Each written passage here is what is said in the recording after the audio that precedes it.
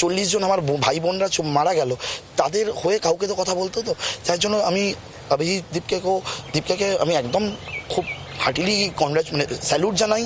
এবং আমাদের যে মুভমেন্টটা, এই মুভমেন্ট আমরা কলকাতাতেও আনতে চাইছিলাম। ককরোচ পার্টি দিল্লির পর তার আঁচ এবার কলকাতায়। ককরোচ জনতা পার্টির মিছিল করতে চেয়ে এবার কলকাতা পুলিশকে ইমেল জি24 ঘন্টার হাতে। সিজেপি কলকাতার ইমেলের সেই কপি এসেছে। নিজেকে সিজেপি সদস্য দাবি করে এই ইমেল করা হয়েছে। শিক্ষা দুর্নীতিতে জড়িত নয় এমন সংগঠনকে যোগ দেওয়ার ডাক এই মিছিলে। কলেজ স্ট্রিট থেকে ধর্মতলায় মিছিল করতে চায় এই সংগঠন। আরও একটু বিস্তারিত জানবো, যোগাযোগ করেছি প্রতিনিধি পিয়ালি মিত্রর সঙ্গে। পিয়ালি, এই ইমেল কার তরফ থেকে, কি জানা যাচ্ছে, ইমেলে কি আছে, সবটাই জানবো। দেখো, দেদীপ্য গাঙ্গুলি বলে একজন কলেজ পড়ুয়া, আর তিনি এই মেলটি করেছেন। সিজেপি কলকাতার সদস্য বলে জানাচ্ছেন, এবং একটি সোশ্যাল মিডিয়া প্ল্যাটফর্ম যার মাধ্যমে তুমি জানো যে যন্তর মন্ত্রের যাবতীয় যে আন্দোলন সেটা কিন্তু সোশ্যাল মিডিয়াকে বেস করে, ফলে তারাও সোশ্যাল মিডিয়ার মাধ্যমে কানেক্টেড হয়েছে বলে তাদের বক্তব্য। এবং তিনি চিঠি লিখে কলকাতা পুলিশের কাছে অনুমতি চেয়েছেন। 19 তারিখে একটা চিঠি লিখেছিলেন ইমেল মারফত, এবং সেখানে 22 তারিখে র্যালি করার জন্য অনুমতি চাওয়া হয়েছিল। কলকাতা পুলিশ সেই অনুমতি দেয়নি।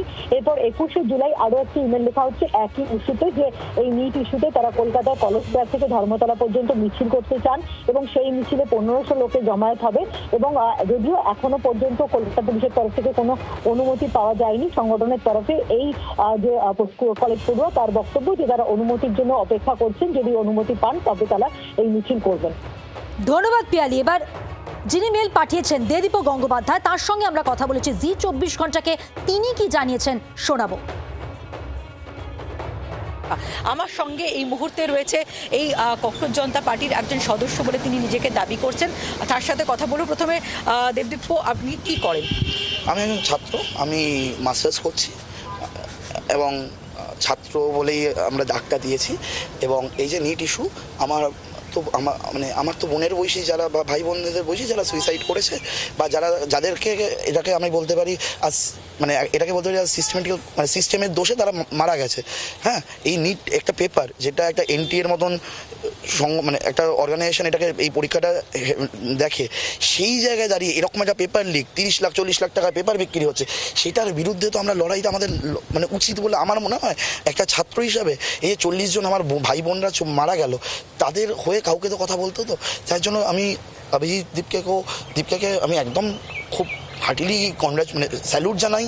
এবং আমাদের যে মুভমেন্টটা, এই মুভমেন্ট আমরা কলকাতাতেও আনতে চাইছিলাম, বা এখনও চাইছি। কি পরিকল্পনা? আমরা 19 তারিখ প্রথম মেল করি যে বিকাল 4টের সময় আমরা কলেজ স্ট্রিট থেকে রানী রাসমণি এভিনিউ অবধি একটা মিছিল করব। আমাকে এখনও অবধি কোনো রিটেন ডাইরেক্টিভ ওনারা দেননি। আমরা ওনাদের থেকেই ডাইরেক্টিভ চেয়েছিলাম, আপনারা বলুন আমরা এই জায়গা থেকে এই জায়গায় যেতে চাই। কলেজ স্ট্রিট থেকে ধর্মতলা রানী রাসমণি, যেটা আমাদের সব মিছিল মিটিংই ওখানে হয়। দিল্লির মুভমেন্টকে তারা কলকাতায় আনতে চান, আর এই নিয়ে রাজনৈতিক মহলে কে কি বলছেন, কার কি প্রতিক্রিয়া, পরপর শোনাবো। দিল্লি সাক্ষী আছে কি ধরনের ভাঙচুর, অরাজকতা, অগ্নিসংযোগ ইত্যাদি হয়েছে এর নামে। এটা কোনো ছাত্র আন্দোলনই নয়, এটা একটা দেশ বিরোধী চক্রান্তের অঙ্গ। সুতরাং এইসব আন্দোলনের নামে দেশ বিরোধী কাজকর্মের কোনো জায়গা কলকাতায় অন্তত নয়। কলকাতাতে মিছিল করতে চাইবে, তাদের কথা বলতে চাইবে, এর মধ্যে অপরাধ তো কিছু নেই। গোটা দেশে সবাই দেখছেন, প্রতিটি রাজ্যে মানুষ সরকারের অপদার্থতা ধরা পড়ে গেছে, তার বিরুদ্ধে রাস্তায় নামছে। এটা কেবলমাত্র দিল্লিতে না, এটা অন্য সমস্ত রাজ্য, দক্ষিণ ভারত হোক, পূর্ব ভারত হোক, পশ্চিম ভারত হোক, প্রতিটি রাজ্যে মানুষ রাস্তায় নামছে। পশ্চিমবাংলাতেও একই রকম ভাবে তারা তাদের বিক্ষোভ তো জানাবেই। ওদের অবশ্যই মিছিল করতে দেওয়া উচিত। এটা জনগণের আওয়াজ। দিল্লিতে ছাত্রদের উপর লাঠি চালিয়েছে পুলিশ নির্মম ভাবে, টিয়ার গ্যাস সেল ছুড়েছে। আমরা তার প্রতিবাদ করি, এবং এখানকার কলকাতার ছাত্র সমাজ এতে অংশগ্রহণ করুক, এটাও আমরা চাই। আমি আশা করি সরকার দেবে। সরকারের যে কথা বা বিজেপির যে কথা সেটা আমরা মেনে নিতে পারি না। বাংলার আওয়াজ, বাঙালির আবেগ, জি 24 ঘন্টা।